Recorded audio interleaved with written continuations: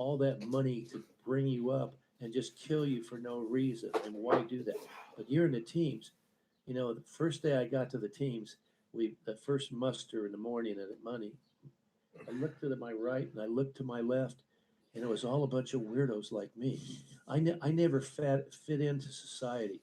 I wasn't a popular guy or an outgoing guy or a well-spoken guy. I was kind of, you know, nobody really wanted me type of guy. You know what I'm saying? And so I get there and I see in my class of 43 or whatever it was, people, they're all like me. I said, man, I found a home. This is my people, huh? I mean, all a bunch of other weirdos. And so now you get to Vietnam, you have no idea what kind of mission you're going to be doing. Well, we knew more or less because we practiced it, especially in training. Training was built around the mission in Vietnam. So we did a lot of hydrographic reconnaissance. We did a lot of patrolling. We did a lot of that so we could pick up those skills, but we were the last class to go into 13. So we didn't have the training that they had before that when they built the team. Mm-hmm.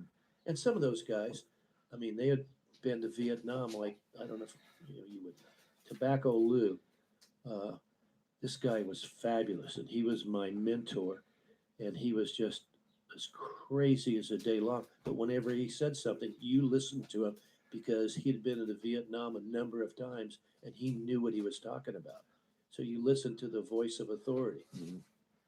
So that's what we all did. Lou said it, we did it. So you're training for hydrographic reconnaissance. Yes, sir. You're training for patrolling. Yep. And you're thinking that PA patrolling. Oh, for direct action. Oh, absolutely. Yeah. So there's a decent amount of crossover with what the SEAL platoons were doing. Yeah. We were the poor man's SEALs. So when they didn't have a mission they didn't like, give it to UDT. So you show up in Vietnam. Where'd you initially go? Tan Son Nhut. Then we got on the, I can't remember the name of the ship. It was a destroyer escort, and we did a couple of months of hydrographic reconnaissance. And that was really a good thing for us because we got to gel as a platoon, and everybody learned their place, and we saw who the real warriors were and who to talk to and who to listen. And so that was very good. And so, like, after the mission, in a debrief, Lou would say things, Posey, what the hell's wrong with you? What, you're standing at the beach party and you're lollygagging and not looking around and not at the ready position. If the VC come over that berm, what are you going to do? You're right. I was, and so he would straighten us out. He was a great mentor to us because he'd been in SEAL team and a stone alcoholic, but he would, you listened to what he said. Was he your platoon chief? Yes. And you guys are doing hydrographic reconnaissance. Are you lead line and slate, whole 9 yards? Right. Lead line. So I'll just explain because nobody knows what a hydrographic reconnaissance is. So you have a beach party of 4 people. And so you have 2 ends of it and in the center, and you have a line that could be at least 1,000 yards long, and you have it on a big spool.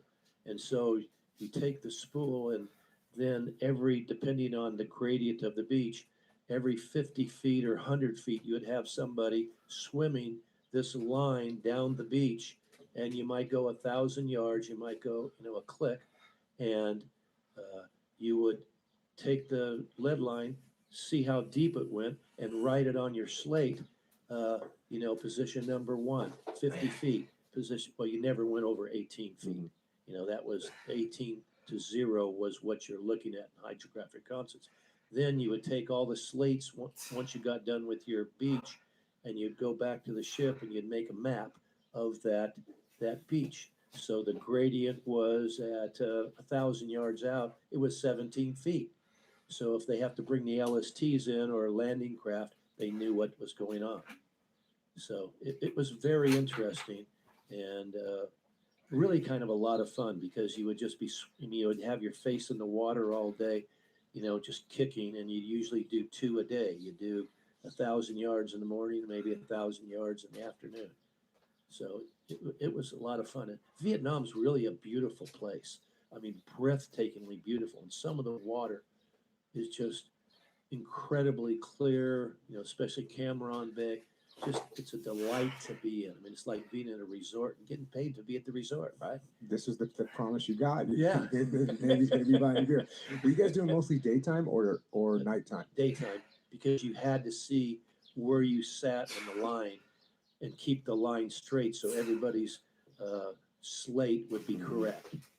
Yeah, I did 2 ARG platoons Yes, sir. back in the day, and we did hydrographic reconnaissance, lead line and slate. I remember we did a ORE, operational readiness exercise, before we deployed to Iraq, and my platoon drew the straw to get put on the ship for the pre-deployment training exercise.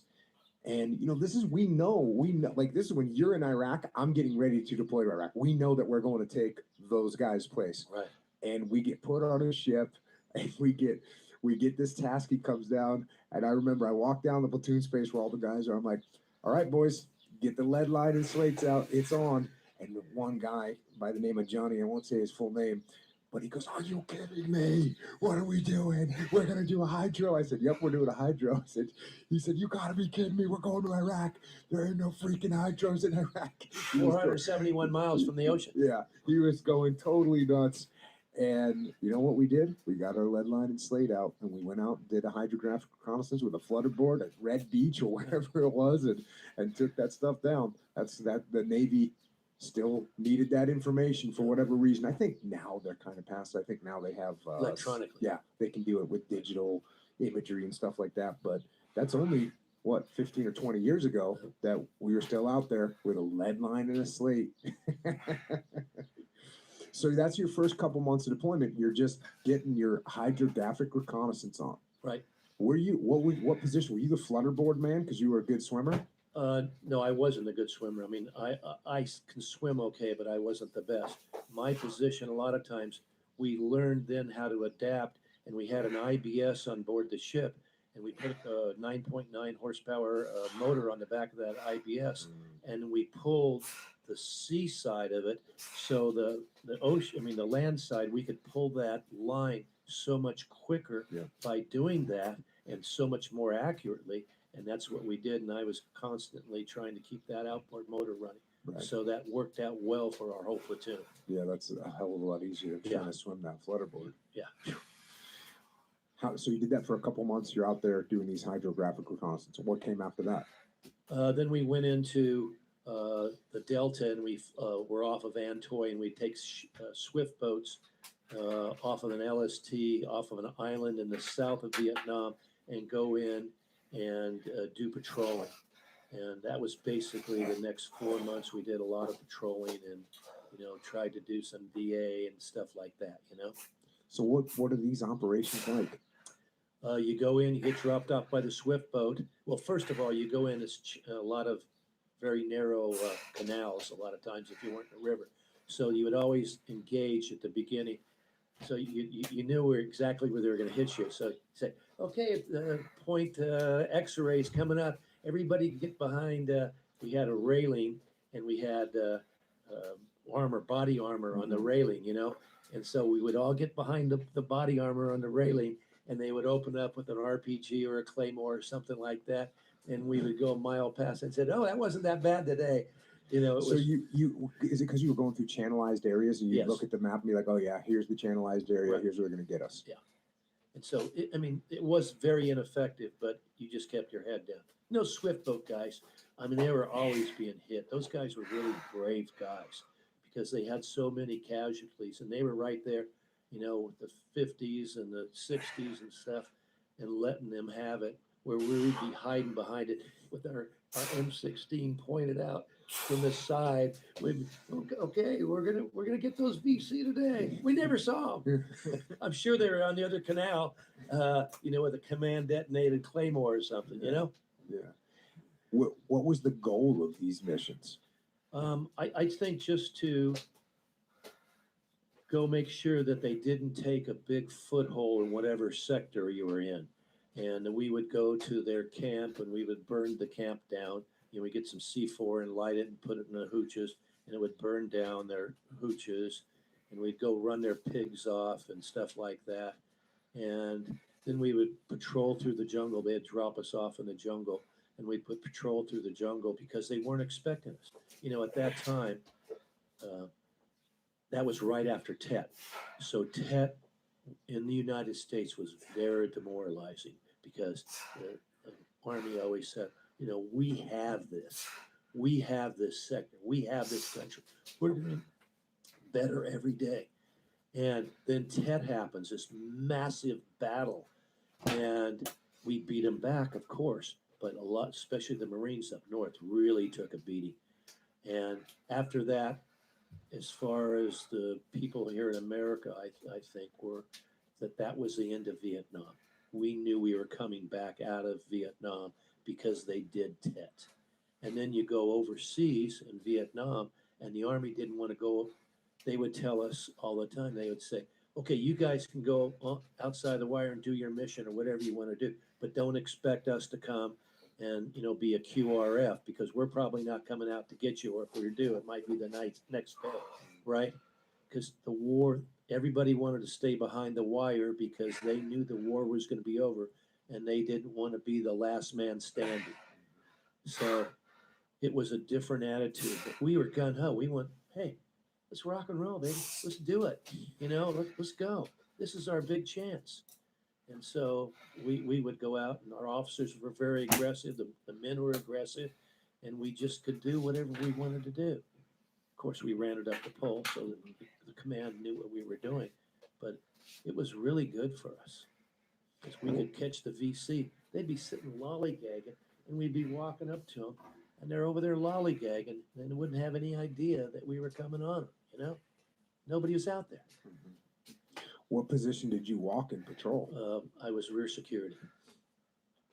So I liked that position because a lot of, in my estimation, and I'm probably wrong here, but I was always cognizant if somebody comes up on you, they're going to usually see you before you see them. So you got to do a good job because it could be devastating. Them coming right up on you. With most of your patrol, how many guys would you take out on a standard patrol? Usually 8 to 10. Would you guys? How many M60s would you carry? Did you guys have stoners like they had over in the SEAL team? No, we were the poor man's SEAL, so no stoners. I'm just going to talk about the M16 if you don't mind, Commander. We got to Vietnam and we used a variety of different weapons here in training in San Diego, and I don't remember any M16s that we used here. So we get there and they gave us the M16. Say, man, this is so much different from those wood stock, very, very heavy weapons we had, and they really work good. And they're brand new, right out of Cosmos, right? And so we go on our first mission and we get everything, we're soaked, everything, because we're trooping through the jungle and it's raining, and we have to go through these different low spots that are full of water, and we get the gun wet, and we get in a firefight, and you'd have to constantly recharge the weapon because it wouldn't work, and so they had this real thick lubricant that came from the manufacturer of the weapon. They said this is the lubricant to use to keep your rifle, but it kind of gummed everything up, and so after about 3 of these where the thing didn't work, I went to the armor. I said, dude, you got to give me something that works. I don't care what it is. You can give me a 6-gun because it's better than an M16. I can make it work, right? And so they gave me an M3A1, a grease gun, little tank. People in tanks in World War II used cost. General Motors made these guns for $12.87 each during World War II, right? And they gave me that gun. The only thing you have to do is shake it one time, the water out, and then that thing would work flawlessly. You could come right out of the water, bring it up, give it a little dip, bang, bang, bang, bang. It was a wonderful weapon. I carried that a lot because it worked every time. So I really liked that weapon. And it was very negatively buoyant, but it really worked good. What was your op tempo like? I mean, how often were you guys going out on these patrols? Sometimes a lot, sometimes a little, depending on what was going on and what we had coming down the pipe. what the Navy would task us. We were really a lot of times dependent on the Navy to do something with assets, swift boats or whatever.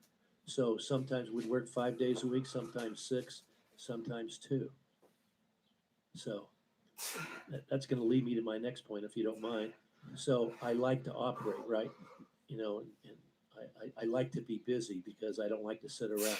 So I would volunteer. I'd go to Mr. Plum and say, Mr. Plum, you got to give me a job, man. I can't sit here in this LST or we're on sea float. We're on sea float. It's nasty. And so he said, Posey, I got a deal for you. You're going to go with the Army today. Fine. So what we would do, I would hook up with a second lieutenant. I was 21 at the time, and he was like 20, right? Never been in combat. And they given him a platoon of ARVN, right? We had a platoon of 30 ARVN, which was the Vietnamese National Guard. 30 Vietnamese who had little battle experience, if any, and we would go out with them and we would patrol with these guys. And we never let them get behind us. Never, ever let them get behind us because you don't know who's the VC and who's not, and you'd get shot in the back. So I would carry the radio. They never let non-English speaking people carry the radio because you had to have somebody, that people could, one, understand, two, knew that they weren't getting suckered in with some Viet Cong on the radio. So I would carry the radio, and the lieutenant would be in front of me, and we would be in back of the platoon. And so I like that because, these guys were slow, and they had no ability to engage the enemy. We had 30 guys, and if there were 6 guys engaging us, they were freaking out, And so we would kind of round them up and, well, you're going to go here and you're going to go here. And, it was kind of fun. And one day we were out there with these guys and they all gave them, they knew there was no VC in the vicinity. So that's the missions that they would give us because these guys were so terrible. And so we went out today and we saw like these 30 guys giving us the evil eye about half a clip off over the other side of this rice. I said, LT, we got to make it back to the boats because these guys got that evil look on us and they're going to come and get us. And he said, yeah. So anyhow, we're getting these, we're telling these these ARVN guys, we got to move. We got to get back. Well, they're kind of lollygagging along and these VCs are coming right up on us, right? And I say, hey, LT, we better, we better do something. He said, oh, he was good. I can't find fault with him at all. So we had this battle line there in the hedgerow area type, and things got real bad for us.